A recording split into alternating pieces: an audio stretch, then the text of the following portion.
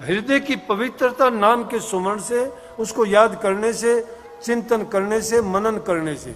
नाम का 3 प्रकार से है, सुमरण करना, चिंतन करना और मनन करना। और उसके भी एक बैखरी जबान से जपते हो, दूसरा बिना जपे। जो बैखरी जबान से जपते हो वो जाप है, जो बिना जपे फिर याद हो जाता है, पक्का हो जाता है, वो अजपा हो जाता है। और फिर अनहद में जब चला जाता है तो सोते जागते उठते सपन में भी अपने आप ये नाम याद आता है।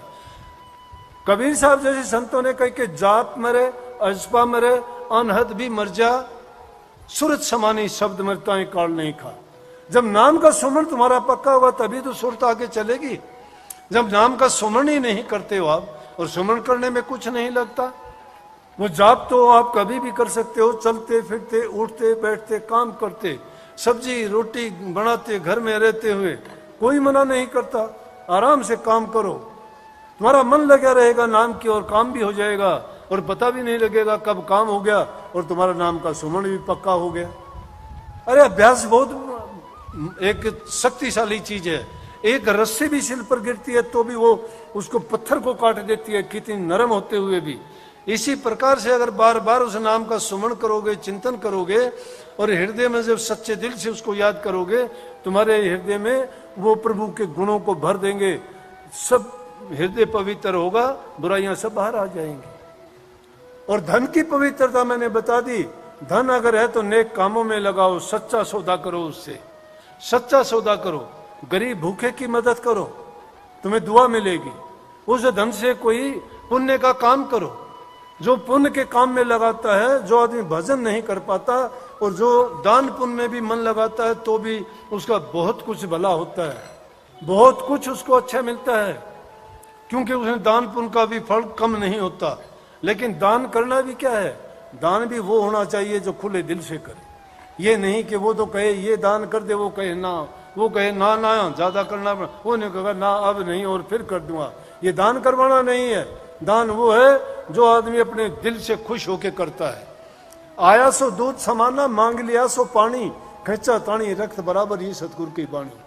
जो आता है उसमें दूध जैसा गुण है, जो अपने आप आता है। समझो दूध में कितने गुण हैं, भूख भी मिटाता है, शक्ति भी देता है, स्वास्थ्य वर्धक भी है। इसी प्रकार से ये सारे गुण दूध में हैं। तो जो चीज अपने आप आती है उस दूध की तरह से गुणों से भरी हुई होती है। और जो मांग लेते हो, मांग के कोई कहता है मुझे ये चीज दे देना, तो समझो कि ऐसा होगा जैसे पानी मांग लिया। पानी में तो एक प्यास मिटाने की तुम्हारी तृष्णा थी, तुम्हारी इच्छा थी, तुम्हारी चाह और मांग थी, वो पूरी होगी बस, और कुछ नहीं है गुण उसमें। मांग के ले लिया। और अगर होगी खेचातानी कि वो कहे कि ना इतने लूंगा, वो कहे ना ना अब नहीं, मेरी हिम्मत नहीं है, अब इतने नहीं दूंगा। लेकिन अरे जिसके पास हो उसको दे देना चाहिए। आदमी जब किसी के पास मांगने के लिए जाता है उसको आस होती है ये देगा, इसके पास है। अगर जिसके पास होता है और वो नहीं देता है तो वो भी बड़ा गलत है, फिर उसकी भी भावना बहुत गलत हो जाती है। लेकिन ये बात बुरी है, खच्चा तानी में तो ऐसा काम होता है जैसे किसी जीव को मार के उसका रक्त बहा दिया। वो देना ही नहीं चाहता है, उसमें कोई गुण नहीं है। अगर वो ले भी लिया तो तुम्हें कोई फायदा नहीं करेगा। लेकिन मांगना भी बुरी चीज है, मत मांगो।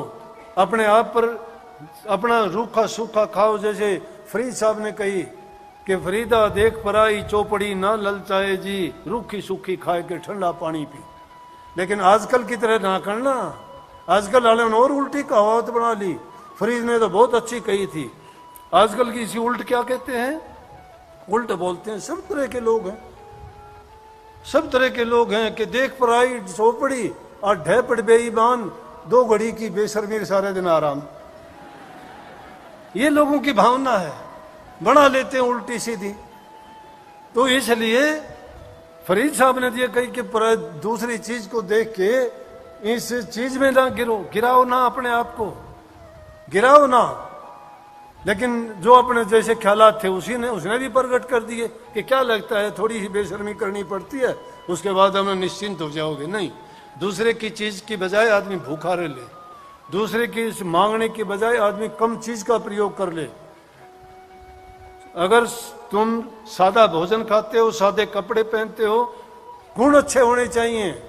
सादगी में जो चीज है वो और चीजों में नहीं है। ये दिखावटीपन में नहीं, सजाना है तो हृदय को सजाओ, और हृदय सजता है प्रभु के नाम से, अच्छे गुणों से, हृदय की पवित्रता और शुद्धता से, इन चीजों से नहीं। लेकिन अगर इंसान मजबूर भी हो जाए तो संतों ने फरमाया है कि मांगन मरण समान है, मत कोई मांगो भीख, भीख मत मांगो किसी से, मांगना मरने के बराबर है। समझो कि मरा हुआ इंसान है ये, प्रभु ने तुम्हें सब कुछ दिया, सुंदर शरीर दिया, हाथ दिए, पांव दिए, बुद्धि अकल समझ दी, ज्ञान दिया, विवेक दिया, सब कुछ करने के योग्य हो तुम, फिर आलस के कारण और लालच के कारण इंसान आगे नहीं बढ़ पाता है।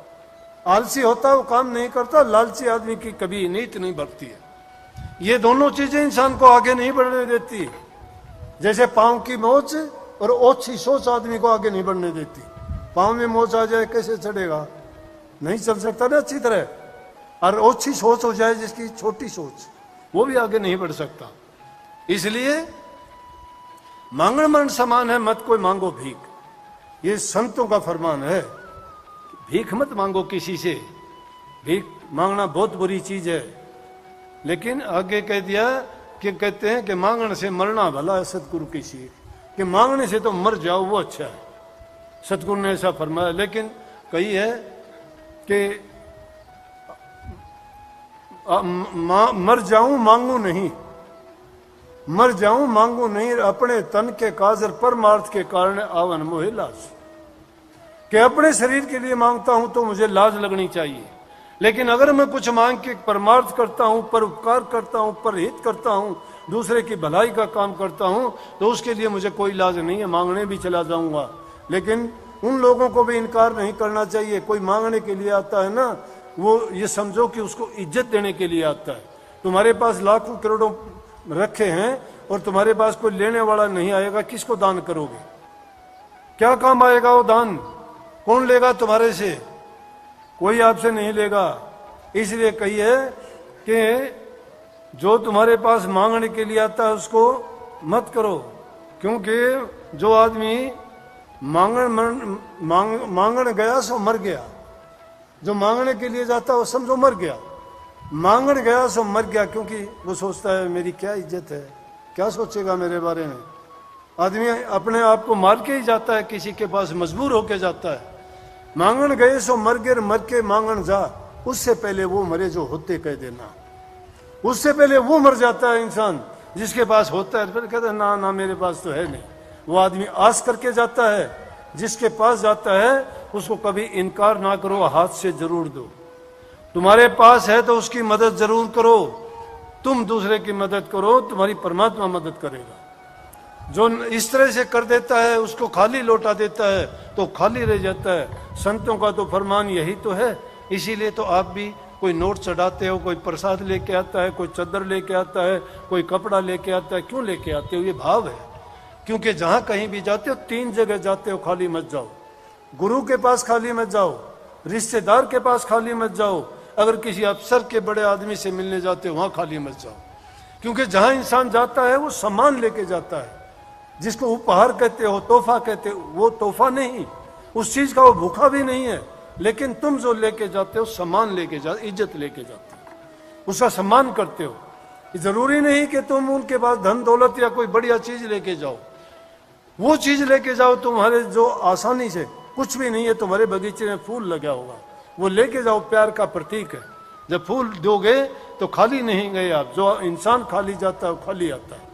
कभी खाली मत जाओ। और महापुरुषों के पास तो खाली कभी जाना ही नहीं चाहिए।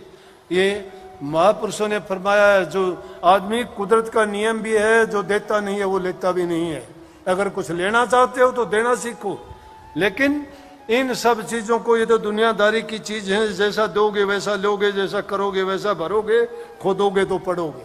लेकिन अच्छी बात यह है कि प्रभु का नाम सब दुखों को, सब पापों को मिटने वाला है। हमारा उद्देश्य वो होना चाहिए। ये बातें इसलिए बताई हैं, ये नाम लेने से पहले जरूरी हैं।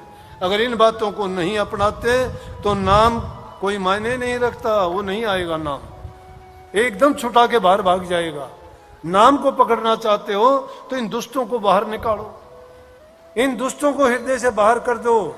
ये खोटी नीयत जो है, ये चतुराइयां, चालाकियां, आंख मिचौनी का खेल खेलते हो, सोचते हो कोई नहीं देखता मुझे, इंसान नहीं देखता होगा, इंसान नहीं देखते होंगे, वो देखने वाला देखता है। अच्छे कर्म करना रे भैया, कर्म न करना,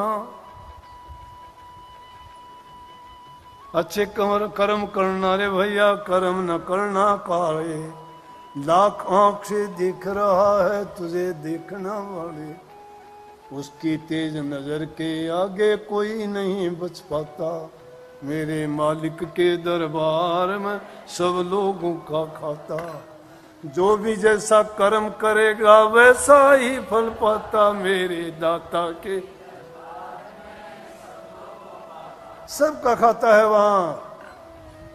क्या साधु क्या संत गृहस्थी, क्या राजा क्या रानी, क्या साधु क्या संत गृहस्थी, क्या राजा क्या रानी, प्रभु की पुस्तक में लिखी सबकी कर्म कहानी, प्रभु की पुस्तक में लिखी सबकी कर्म कहानी, अंतर बैठा अंतर्यामी सबका हिसाब लगाता, मेरे के दरबार में सब लोगों का, मेरे दाता के दरबार में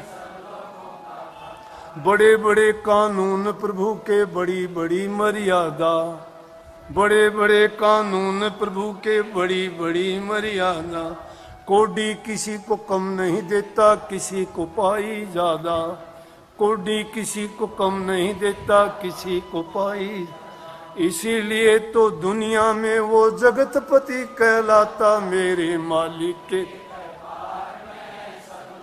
का खाता, मेरे सतगुरु के दरबार में सब लोग खाता, मेरे दाता के दरबार में सब लोगों का। चालाकियां नहीं चलने वाली वहां, रिश्वतबाजी भी नहीं चलती, चले न उसके आगे रिश्वत, चले नहीं चालाकी, चले न उसके आगे रिश्वत, चले नहीं चालाकी, उसकी देन लेन की बंदे रीत बड़ी है बाकी, उसकी देन लेन की बंदे रीत बड़ी है बाकी, समझदार तो चुप ही रहता, मूर्ख शोर मचाता, मेरे मालिक के दरबार में सब लोगों का खाता, मेरे दाता के दरबार में सब लोगों का खाता, जो भी जैसा कर्म करेगा वैसा ही फल पाता, मेरे मालिक के दरबार में सब लोगों का खाता, मेरे दाता के दरबार में सब लोगों का खाता।